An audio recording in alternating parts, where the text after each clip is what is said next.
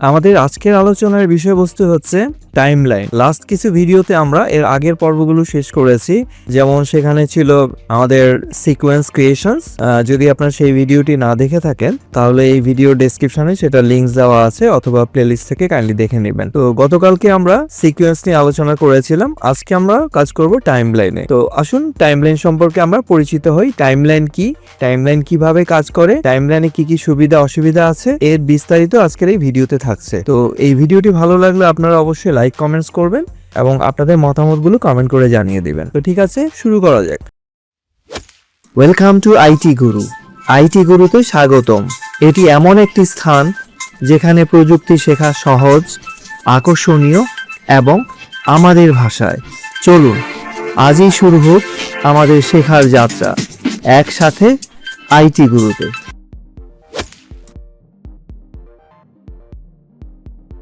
তো ধরুন আমি এই যে ভিডিও ক্লিপটা এখানে আছে, এই ভিডিও ক্লিপের আমি একটা কিছু অংশ আমি মার্ক করলাম।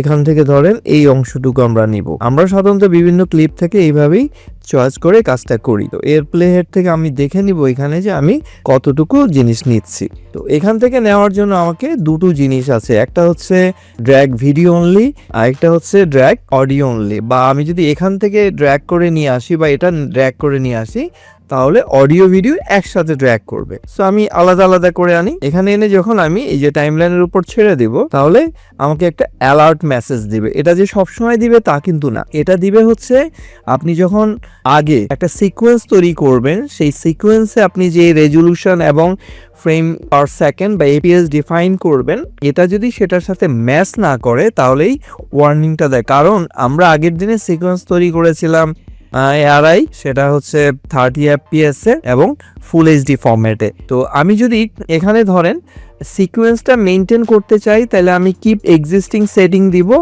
আর যদি আমি সিকোয়েন্স সেটিং চেঞ্জ করতে চাই, যে আমার ক্লিপে যেটুকু যেভাবে আছে আমি সেটা নিতে চাই, তাহলে এটা আমি কি করব, এটাই রাখবো যে আমার এক্সিস্টিং সিকোয়েন্সে যে সেটিংস আছে সেটা আমি মেনটেন করব। এটা ডিপেন্ড করবে আপনি আসলে কিভাবে নিতে চাচ্ছেন। আচ্ছা,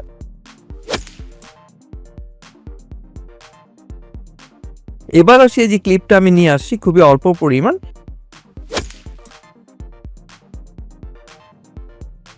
তো এটাকে আমরা জুম ইন জুম আউট করতে পারি। এই যে নিচে একটা স্ক্রল বার আমরা দেখছি, এটা দিয়ে এই ক্লিপগুলো জুম ইন জুম আউট হয় এভাবে। আবার এ পাশে যেটা আছে সেটা দিয়ে আমি উপরের দিক থেকে ক্লিপটাকে এইভাবে জুম ইন করে দেখতে পারি। জুম ইন জুম আউটটা আমি এখানেও করতে পারি প্রয়োজনে। ওকে, কাজের সুবিধার জন্য আমরা এই কাজগুলো করে থাকি। এখন এই যে আমি ক্লিপটা আমার সিকোয়েন্সে নিয়ে আসলাম, এটা হচ্ছে আমার সিকোয়েন্সের আইকন আর এগুলো হচ্ছে ক্লিপের আইকন, দুটো একটু ডিফারেন্ট। এখানে আমি জিনিসটা দেখতে পাচ্ছি। আচ্ছা, তো আবার আমি যদি অডিওটা আনতে চাই, আমি ঠিক অডিওটা এনে অডিও টাইমলাইনে ড্র্যাগ করে দিব।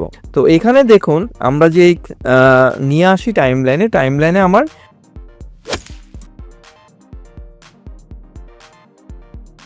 অডিও লেয়ার এবং ভিডিও লেয়ারগুলো আলাদা থাকে। আমরা চাইলে এইভাবে জিনিসটাকে জুম ইন জুম আউট করতে পারি, যে উপর থেকে নিচে এরকম টেনে নিয়ে আসতে পারি। ওকে, আচ্ছা, তো এইভাবে আমরা চাইলে যে মাল্টিপল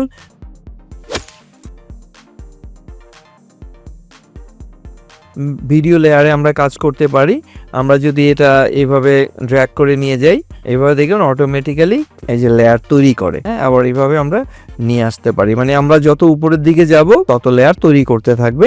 ঠিক একইভাবে অডিও লেয়ারগুলো সেম, এভাবে আমরা চাইলে এটাকে বাড়াতে কমাতে পারি। তো ভিডিও লেয়ারগুলোর আগে ভিডিও লেয়ার শো করে V1 V2 V3 V4 এভাবে, আর অডিওগুলো A1 A2 A3। আর এ পাশে দেখুন এই যে ভিডিও লেয়ারের পাশে V1 আছে, অডিওর পাশে A1 আছে। এগুলো হচ্ছে প্রাইমারি লেয়ার। আমি যদি ধরুন এটাকে প্রাইমারি লেয়ার ডিফাইন করে দেই বা এটাকে প্রাইমারি লেয়ার ডিফাইন করি, তো এটা দিয়ে আমরা এই যে টাইমলাইনে যেতে পারি। আমরা আবার ধরুন এখানে সংখ্যা লিখেও যেতে পারি। সে ধরুন আমি 200 লিখলাম, তাহলে আমার 2 সেকেন্ডে 2 সেকেন্ড বরাবর এটা চলে যাবে। আমরা সাধারণত নাম্বার ইউজ করি, অনেক সময় টাইমলাইন অনেক বড় হয়ে গেলে এভাবে ড্র্যাগ করে নেওয়াতে অনেক সময় বেশি সময়ের প্রয়োজন হয়। সো আমরা কি করি, এটাকে নাম্বার দিয়ে ডিফাইন করে দেই যে 100 হলো 1 সেকেন্ড, 1000 হলে এভাবে কাউন্ট করে পার সেকেন্ডটা, যেমন 1000 হলে 10 সেকেন্ড কাউন্ট করবে। আচ্ছা, এখানে আরেকটা জিনিস আছে স্ন্যাপ। তারপরে এটা হচ্ছে আমার ওভাররাইড, যদি আমি সিকোয়েন্স করি ইনসার্ট এন্ড ওভাররাইড। তারপরে এখানে আছে হচ্ছে লিঙ্ক, সিলেকশনকে লিঙ্ক করা যায় অন্য কিছুর সাথে। এগুলো আমরা ফিউচারে দেখবো যখন আমরা এডিটিং এর কাজ করব।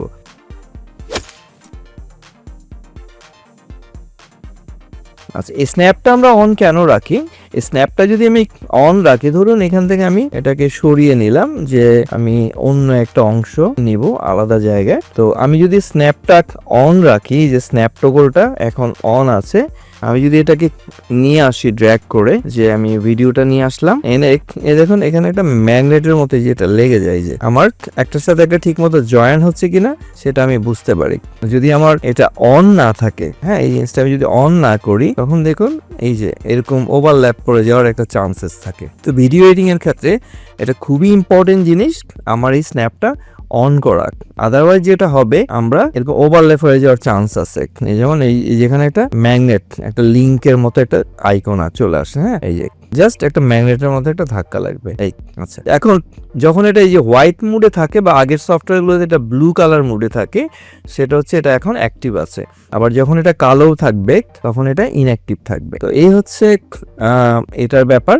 আচ্ছা, এরপরে আমরা আর যেগুলো জিনিস আছে, যেমন ধরুন এখানে এই যে আই আছে, এটা দিয়ে আমি কোনো একটা অংশকে হাইড করে, আমি আমার যে প্রোগ্রাম সিকোয়েন্সটা আছে প্রোগ্রাম মনিটরে, আমি এটাকে হাইড করে রাখতে পারি প্রয়োজনে, ঠিক আছে।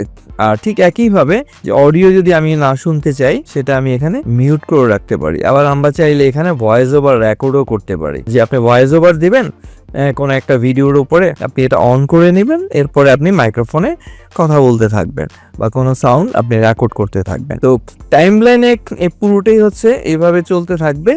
আমরা প্রয়োজনে এরকম স্ক্রল করে বড় ছোট করতে পারবো। আরেকটা জিনিস আছে এখানে,